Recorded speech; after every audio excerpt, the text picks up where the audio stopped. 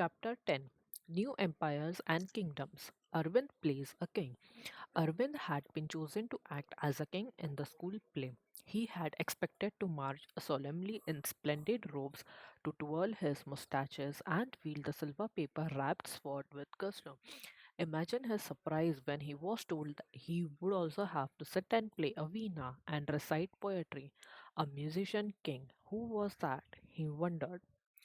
Prashastis and what they tell us. Arvind was supposed to be acting as Samudragupta, a famous ruler of a dynasty known as the Guptas.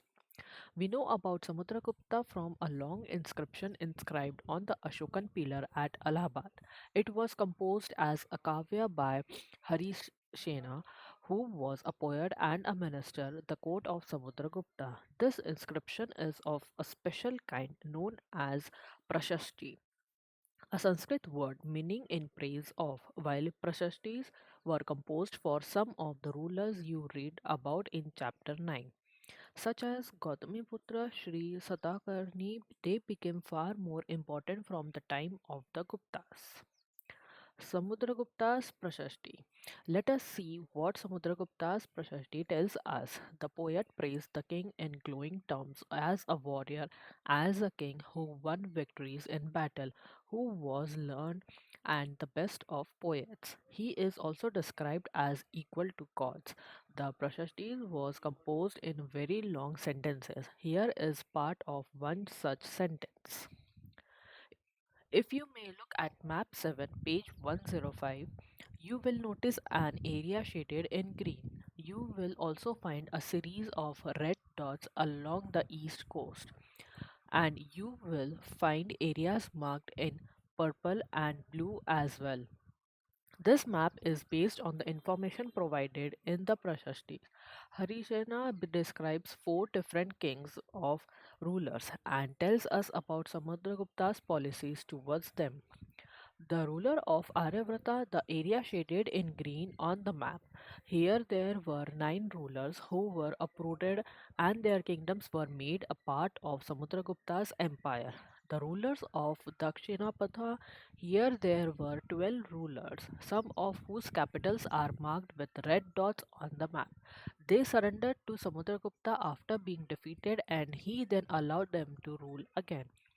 The inner circle of neighboring states, including Assam, coastal Bengal, Nepal, and a number of Gana Sanghas. Remember chapter 5? In the northwest, marked in purple on the map. They brought tribute, followed his orders, and attended his court. The rulers of the outlying areas marked in blue on the map, perhaps the descendants of the Kushanas and Shakas, and the ruler of Sri Lanka, who submitted to him and offered daughters in marriage. Find Prayaga, the old name for Allahabad, Ujjain, and Patliputra, Patna on the map. These were important centers of the Gupta rulers. What was the difference between the way in which Samudragupta treated the rulers of Aryavrata and Dakshinapatha? Can you suggest any reason for this difference? Genealogies. Most Prashastis also mention the ancestors of the ruler. This one mentions Samudragupta's great grandfather, grandfather, father, and mother.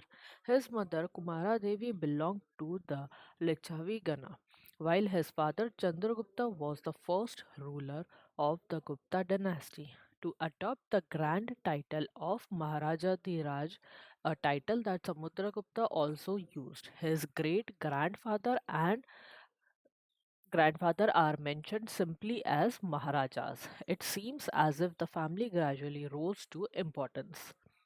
Arrange these titles in order of importance: Raja, Maharaja, Dhiraja, and Maharaja.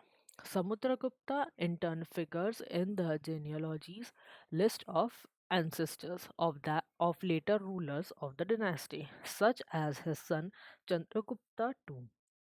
We know about him from inscriptions and coins. He led an expedition to western India where he overcame the last of the Shakas. According to later belief, his court was full of learned people, about some of them whom you will read in chapter 11.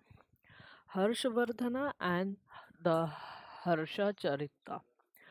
While we can learn about the Gupta ruler from their inscriptions and coins, we can find out about some kings from biographies.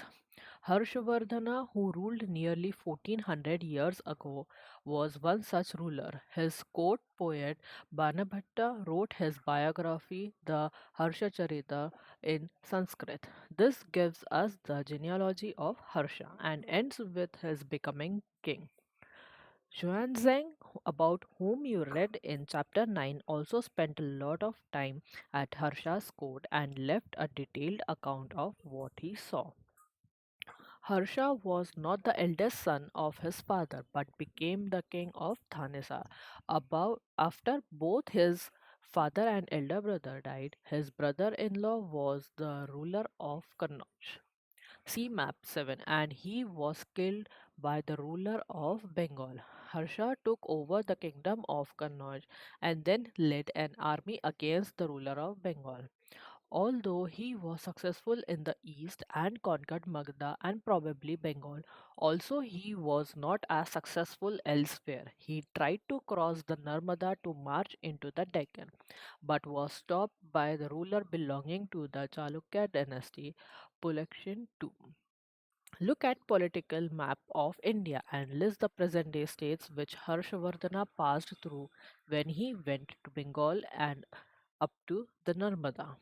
The Pallavas, Chalukyas, and Pulakshin's Prashasti. The Pallavas and Chalukyas were the most important ruling dynasties in South India during this period. The kingdom of the Pallavas spread from the region around their capital, Kanchipuram, to the Kaveri Delta, while that of the Chalukyas was centered around the Raichur Doab, between the rivers Krishna and Tungabhadra. Ayol, the capital of the Chalukyas, was an important trading center. See map 7. It developed as a religious center with a number of temples. The Pallavas and the Chalukyas frequently raided one another's lands, especially attacking the capital cities, which were prosperous towns.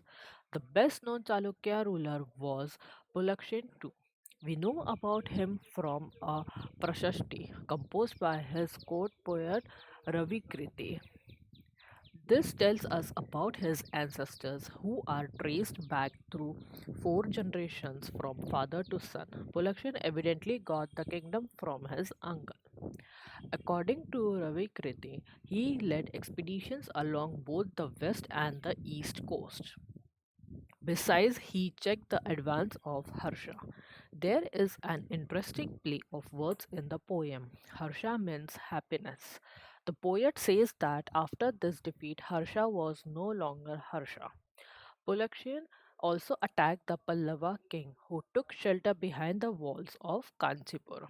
But the Chalukya victory was short lived. Ultimately, both the Pallavas and the Chalukyas gave way to new rulers belonging to the Rashtrakuta and Chola dynasty, about which you will study in class 7. Who were the other rulers who tried to control the coast and why? And see chapter 9. How were these kingdoms administered? As in the case of earlier kings, land revenue remained important for these rulers, and the village remained the basic unit of administration. There were some new developments as well. Kings adopted a number of steps to win the support of men who were powerful, either economically or socially, or because of their political and military strength. For instance, some important administrative posts were now hereditary. This means that sons succeeded fathers to these posts. For example, the poet Harisena was a Mahadanda Nayaka or chief judicial officer, like his father. Sometimes one person held many offices. For instance, besides being a Mahananda Nayaka, Harisena was a Kumar Amatya, meaning an important minister, and a Sandhi Vigrahika, meaning a minister of war and peace. Besides, important men probably had a say in Local administration, these included the Nagara Shreshti or chief banker or merchant of the city, the Sartavaha or leader of the merchant caravans, the Prathama Kulika or the chief craftsman, and the head of the Kayasthas or scribe. These policies were reasonably effective, but sooner or later some of these powerful men grew strong enough to set up independent kingdoms. What do you think may have been the advantages and disadvantages of having hereditary officers? A new kind of army.